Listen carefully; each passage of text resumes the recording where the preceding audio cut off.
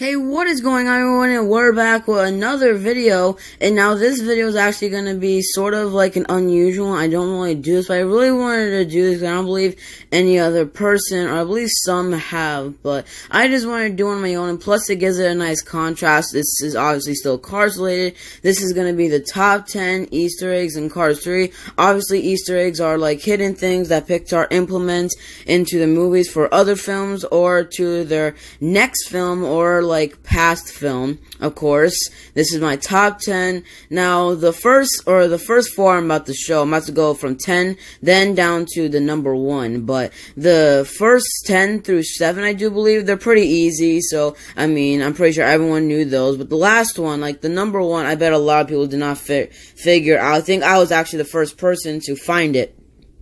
Okay, so let's go right into this. So starting off with, of course, John Ratzenberger, who voices Mac. We have a picture of Mac on the screen right now. Obviously, John Ratzenberger is the only person in the world who voiced every single person in a Pixar film. Well, not every single person, but I voiced at least one person in every single Pixar film. And this one was pretty easy. Of course, he voices Mac because he was the voice actor for Mac in Cars 1 and Cars 2. So it wasn't really a big surprise or like question on where John Ratzenberger was going to do his voice in Cars 3. Like, it was probably one of the easiest, like, of this time.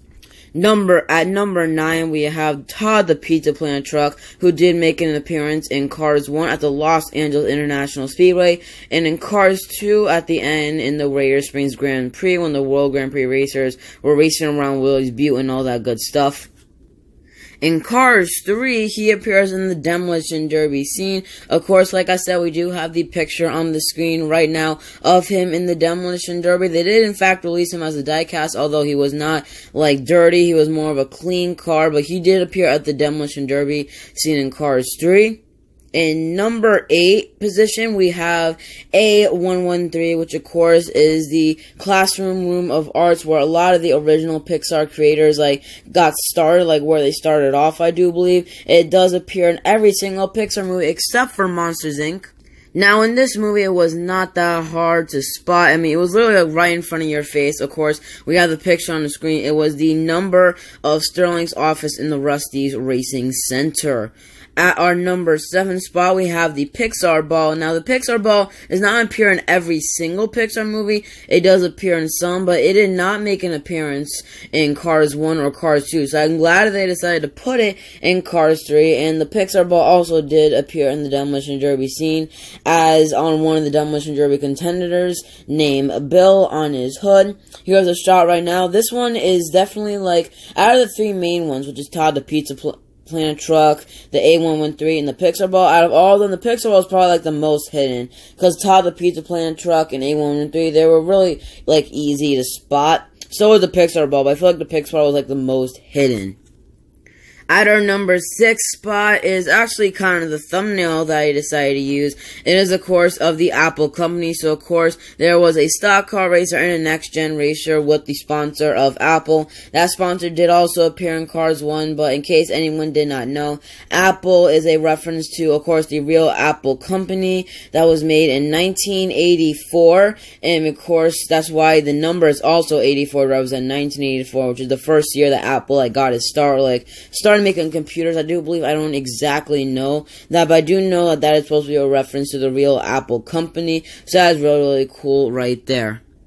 At our number 5 spot, we have another Cars 3 sponsor, which is an Easter egg. Of course, Triple Den. Now, Triple Den was not in Cars 1. It is a new sponsor in Cars 3. This is a reference to Triple Den gum, which is like an advertisement thing that, of course, drives Riley crazy in Inside Out. It is a reference to Inside Out. And, of course, I can definitely understand why this wasn't a sponsor in Cars 1, because at that time, Inside Out wasn't even mentioned, known, existed, but now this came out to Cars 3 and decided to make a reference to another movie as a sponsor. I really do like how Pixar did that. It was really, really creative on their part. At our number 4 spot, as you guys can see on the screen, there's a scene of Jackson Storm passing a bunch of the racers. You can even see Harvey Rodcat, the Next Generation Easy Idol as well. You can kind of see on the side right there, it does say B&L Raceway, which B&L is obviously the corporation, or like almost like the villain type thing in WALL-E, which came out in 2008. Of course, WALL-E is another Pixar film. This is a reference to WALL-E. I believe B&L did make an appearance in other Pixar movies, but this one, of course, appears as a raceway.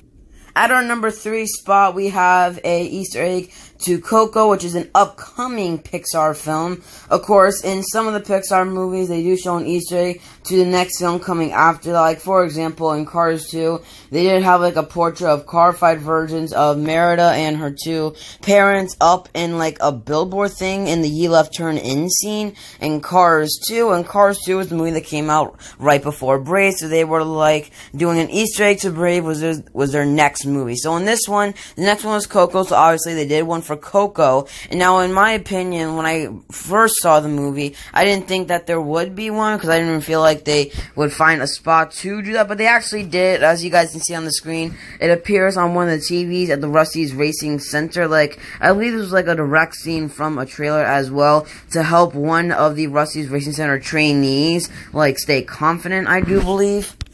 And now, our number 2 and number 1 are a little bit harder to spot, but at the number 2 spot, we have, of course, in Sterling's office, when Sterling is obviously talking to McQueen about why he exactly doesn't want to race him, and he doesn't want him to participate in Florida and have one of the other Rusty's Racing Center trainers actually go there. You can see in the background, there's actually 2 picture frames of other Cars characters, one from Cars 2 and one from Moon Mater. The one from Moon Mater is of Roger, and the other one is from Miles Axelrod from Cars 2. So that is actually really, really cool right there. I'm glad they found a way to put in those characters in here.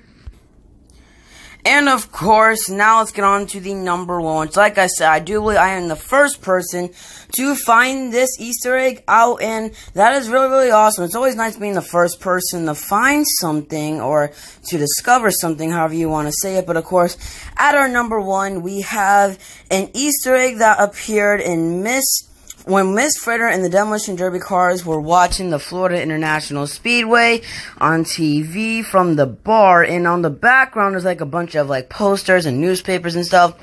I looked very closely at one of them, and one of them does look similar to like a Monster Truck Mater poster, so I was very curious about that. I went to look more closely, discovered it more, and it actually was a Monster Truck Mater poster about an event that's happening at the Thunder Hollow Speedway.